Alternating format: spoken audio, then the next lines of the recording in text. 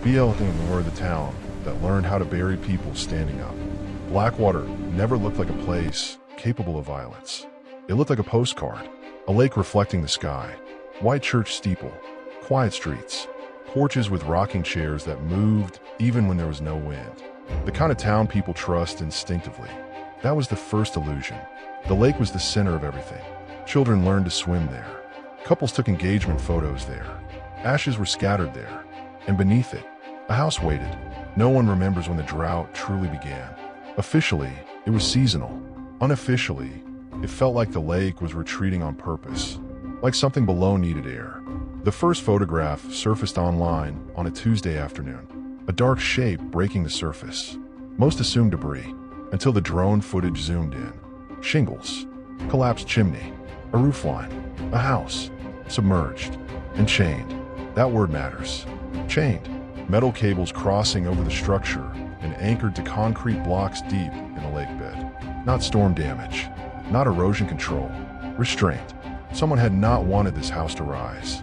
Divers descended expecting collapse and decay. Instead, they found organization. Furniture still upright, windows nailed shut from the outside, chairs bolted to the floor, 3 skeletons seated facing the front door, wrists bound, skulls fractured, no water in the lungs. They were dead before the flood, and someone wanted them found sitting upright. That detail disturbed investigators more than the bodies themselves. Staging is communication, and whoever staged them was sending a message. One skeleton had something different. Hair, tissue, ligaments still partially intact. Recent, not decades old, meaning someone had accessed that submerged house within the last few years.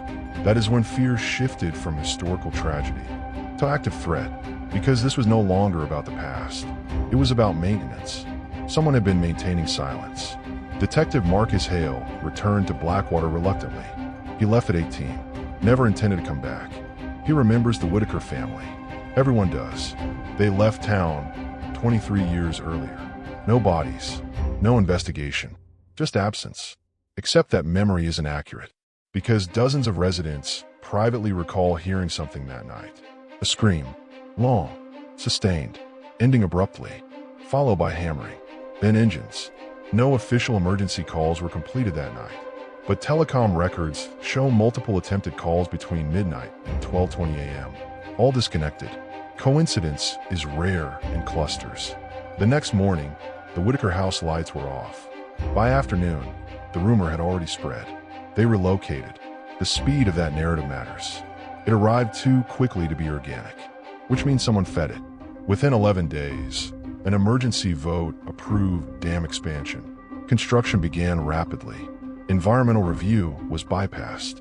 Public comment was limited. By spring, the Whitaker house was underwater. Not destroyed, submerged, preserved, frozen in time.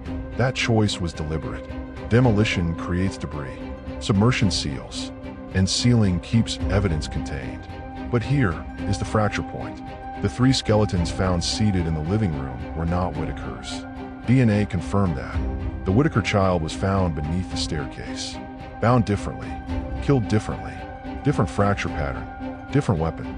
That suggests evolution. The first killing was chaotic.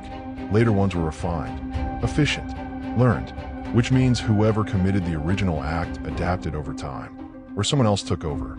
7 individuals went missing over 2 decades. All had filed complaints regarding water quality. All were ruled voluntary disappearance. All adults. All inconvenient. The lake's sediment told another story. Industrial solvents. Illegal chemical signatures. Dumping. The dam wasn't just reinforced. It concealed something. The Whitakers worked in environmental consulting. They had access to testing. They had data. They had scheduled a meeting with a federal oversight agency the morning after they vanished. They never arrived. That meeting was marked no-show. That is not relocation. That is interruption. The former mayor, Harold Dunn, denied everything calmly. Too calmly. Micro-expressions of stress when chains were mentioned. Avoidance when asked if he had ever visited the Whitaker property. He had, twice in the month before the disappearance. The former sheriff classified the case as voluntary departure. No crime scene processing. No forced entry report. No forensic documentation. That is not incompetence. That is containment. And then came the psychological layer. Church sermons that week focused on unity, avoiding rumors, trusting leadership. When authority requests silence in the absence of clarity, something is being protected. But here is the darker possibility. What if most of the town didn't know details? What if they simply knew enough? Enough to understand that asking questions would destabilize everything. Property values, reputation, safety. Fear does not require full information. It requires suggestion. Blackwater began dying long before the house resurfaced. Cancer rates abnormal. Birth defects unexplained. Economic stagnation. Businesses close quietly. When contamination slowly poisons a town, denial becomes survival. Admitting truth means admitting complicity. Because taxes funded the dam, votes approved expansion. Silence enabled continuity. And silence, repeated enough, becomes culture. A retired council secretary admitted there was a closed-door meeting after the Whitakers vanished. Voices raised. One phrase remembered clearly. If they talk, we all go down. That is collective liability. And collective liability is more powerful than individual guilt. Because now everyone has something to lose. The most disturbing carving was found under the living room floorboards. Older than the seated bodies. Etched deeply. The water is not the worst part. What could be worse than drowning? Confinement. Waiting. Knowing. Forensic positioning analysis revealed scratch marks on interior walls. Upward. As if someone tried to climb while water rose. But autopsy proved the Whitakers were dead before submersion. So who made the marks? One possibility is simple and horrifying.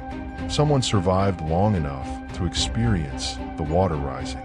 Not the entire family, but one. The second Whitaker child has never been located. No remains. No confirmation of death. And then there is the journalist. She arrived 2 years before the drought. Interviewed residents. Requested water testing reports. Filed Freedom of Information requests. She vanished. No missing person filed locally. Her editor assumed she left town. Her remains were among the seated bodies. Placed deliberately. That was not panic. That was ritual. A message to future investigators. The former sheriff eventually spoke before dying of liver failure. He whispered something recorded by Marcus. It was never about money at first. It was fear. Fear of exposure. Fear of collapse. Fear that if contamination became public, federal charges would follow. So the decision was made. Neutralize the source. But one act requires another to sustain it. Because secrets decay. They require reinforcement. Just like dams. Barrels discovered beneath the lake confirmed illegal dumping long before the Whitakers discovered it. The contamination predated their investigation, meaning the crime began earlier, which raises the most disturbing possibility. The Whitakers weren't the first threat. They were simply the first visible one. And the 3 seated bodies? They were maintenance, a continuation of policy. The chains across the roof were not to hold the house down during flood. They were to hold it together. Structural integrity preservation, so that if water levels shifted, bodies wouldn't dislodge and float upward. The drowning of the house was engineering. Precise. Calculated. The town's reaction to resurfacing was equally telling. Businesses refused interviews. Church attendance dropped. Conversations stopped mid-sentence when investigators entered rooms. That is not ignorance. That is shared understanding. Psychologists describe this as distributed guilt. When responsibility is diffused across a group, no individual feels fully accountable. And yet everyone participates, even if participation is silence. When federal authorities finally intervened, arrests followed. Mayor, former sheriff, 2 council members, construction supervisor, but charges focused narrowly on environmental violations. Manslaughter, conspiracy, obstruction, because proving murder decades later requires something more. And then something surfaced in archived construction footage. 3 seconds of night video. A crane lowering a rectangular structure. Not debris, a house. 2 weeks after the disappearance. Outside scheduled work hours. Meaning the Whitaker house was likely relocated slightly before submersion. Adjusted, secured, chained. Which implies planning that extended beyond panic. Planning requires time. Time requires coordination. Coordination requires trust among conspirators. That is how towns rot. Not explosively, gradually. The final piece came from a thermal scan of ground near the original shoreline. Irregular density beneath sediment. Not barrels, not debris. Another structure, smaller, unidentified. Excavation is pending, and that is where the narrative destabilizes completely. Because if there is a second structure, then Blackwater did not drown one house. It drowned more than one secret, and perhaps more than one family. Marcus stood at the lake months later after partial drainage. The house was dismantled for evidence, but he swears he heard something. Not from the water, from the tree line. A metallic drag, soft, measured, like chain against wood.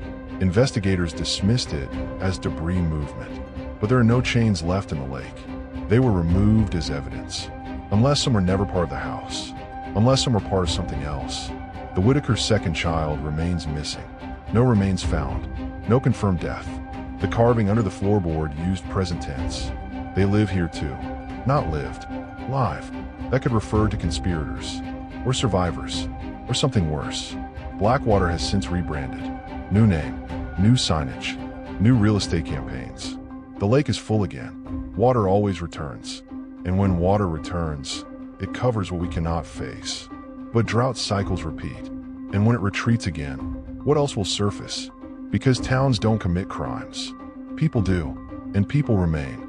Some moved. Some stayed. Some watch. The most unsettling truth isn't that Blackwater killed. It's that it learned how to. Efficiently. Quietly. Collectively. And once a community crosses that line, there is no returning to innocence. Only maintenance. And maintenance requires vigilance. If you ever visit the lake at night now, locals say you can sometimes see ripples where there is no wind. They say it's natural current shift. But currents require movement beneath the surface. And something is still beneath the surface, waiting. Water doesn't forget. It preserves. And one day, it always gives back what it was forced to hold.